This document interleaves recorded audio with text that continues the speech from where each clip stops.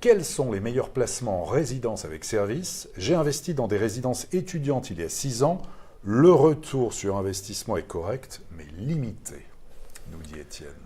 Le dispositif Censi-Bouvard a été reconduit pour 3 ans lors de la loi de finances 2019, donc jusqu'à fin 2021.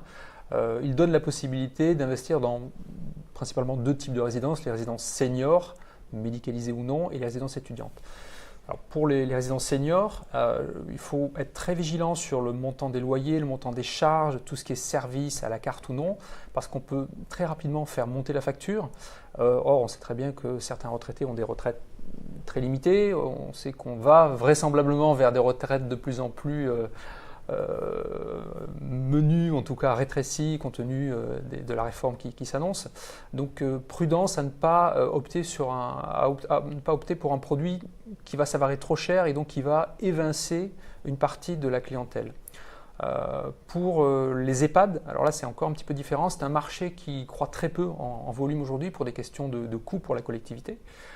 Donc on a souvent des petites opérations qui sont rassemblées, donc l'opérateur en fait va abandonner, le gestionnaire va abandonner certaines opérations pour regrouper les lits, pour en faire des opérations plus rentables et également conformes aux nouvelles normes.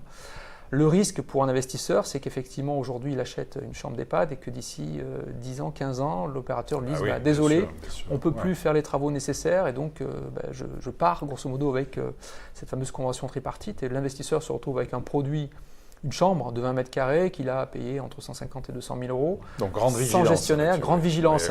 J'ai en tête une opération il y a quelques mois sur la commune de Mireval dans l'Hérault où le numéro 2 du secteur a laissé tomber les investisseurs. Donc attention là-dessus.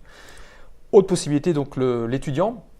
Là on est plus proche, on va dire, de quelque chose de classique, même si quand bien même le gestionnaire ferait défaut et s'en irait, vous avez toujours la possibilité de continuer à louer en meublé. Quel type de rentabilité on peut attendre? La rentabilité moyenne aujourd'hui, on est sur du 4% hors taxe sur hors taxe, avec une fourchette qui s'étale entre 3,5 et 4,5. Ce qui est pas mal déjà.